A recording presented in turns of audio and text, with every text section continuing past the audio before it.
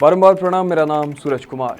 5 अगस्त 2020 को Bhim army chief Chandrashekhar Azad ने एक ट्वीट करते हुए लिखा था, भीम आर्मी और आजाद समाज पार्टी आज यानी 5 अगस्त 2020 को बहुजनों को देश का शासक बनाने का संकल्प करती है।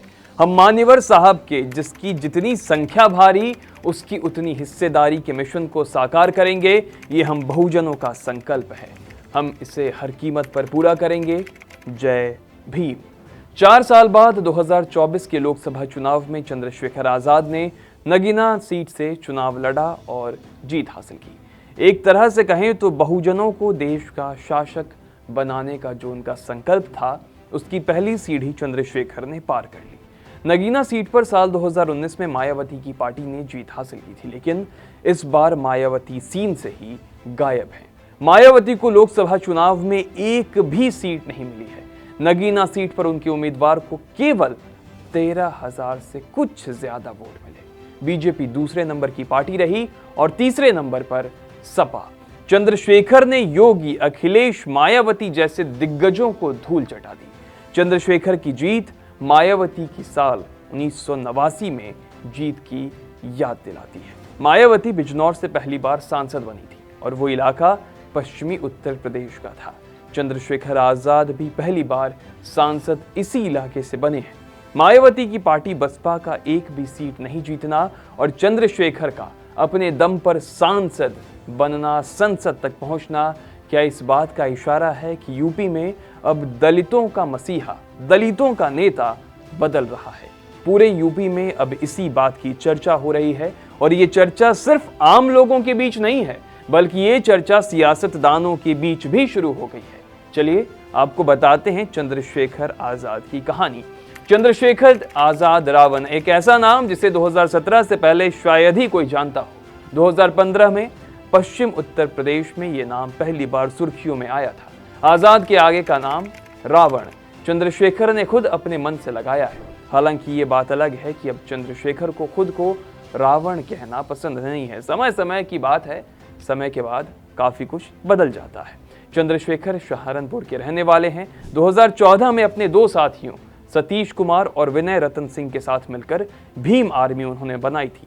ऐसा कहा जाता है कि भीम आर्मी की अवधारणा और इसके पीछे का सारा दिमाग सतीश कुमार का है।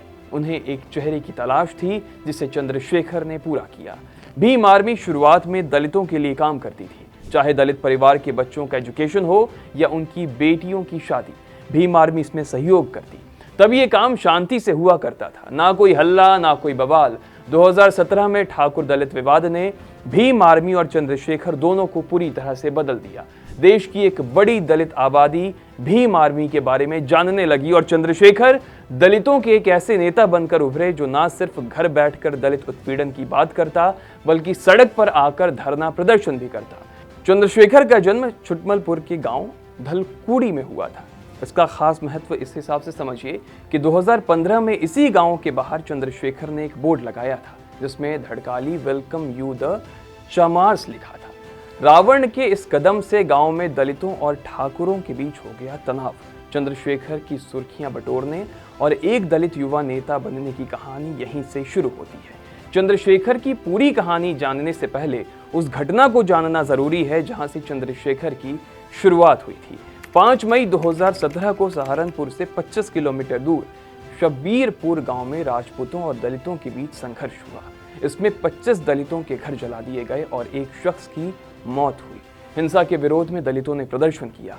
पुलिस ने 37 लोगों को जेल में डाल दिया। 300 लोगों के खिलाफ मुकदमा दर्ज किया गया। चंद्रशेखर ने अपनी ताकत दिखाते हुए दिल्ली के जंतर मंतर पर पुलिसिया कार्रवाई के खिलाफ प्रदर्शन किया। इस दौरान चंद्रशेखर ने 37 निर्दोष दलितों की रिहाई मांगी। उन्होंने कहा कि अगर इन्हें रिहा कर दिया गया तो मैं आत्मसमर्पण कर दूंगा। वकालत की पढ़ाई करने वाला चंद्रशेखर अमेरिका जाकर बड़ा वकील बनना चाहता था, लेकिन एक बार पिता को सरकारी अस्पताल में इलाज कराने के दौरान दलितों की स्थिति देखी तो उसके बाद दलितों के लिए काम करने की सोची।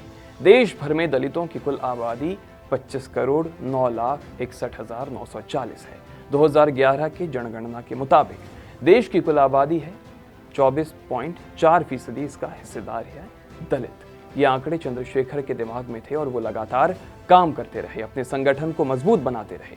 देश में जहां भी दलितों के खिलाफ कोई घटना घटती, चंद्रशेखर इंसाफ और मुआवजा दिलाने वहां पहुंच जाते।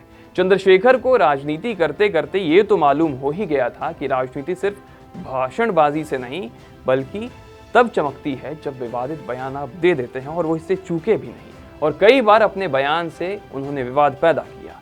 योगी के बयान पर प्रतिक्रिया देते हुए चंद्रशेखर ने एक बार कहा था, अगर बजरंगबली दलित हैं तो देश के सभी हनुमान मंदिरों पर दलितों को कब्जा करना चाहिए। ऐसे ही चंद्रशेखर ने एक और विवादित बयान देते हुए कहा था कि जिन देश के संविधान पर आंच आई उस दिन वो भीमा कोरेगांव दोहरा देंगे। 1 जनवरी 2018 को महाराष्ट्र के पुणे जिले में भीमा कोरेगांव की युद्ध की 200वीं बरसी के दौरान हिंसा हुई थी। चंद्रशेखर को ये बात भी समझ में आ चुकी थी कि सिर्फ दलितों के दम पर राजनीति नहीं की जा सकती। तभी एनआरसी और सीएए के विरोध में उन्होंने खुलकर रैली की और गिरफ्तार भी हुए।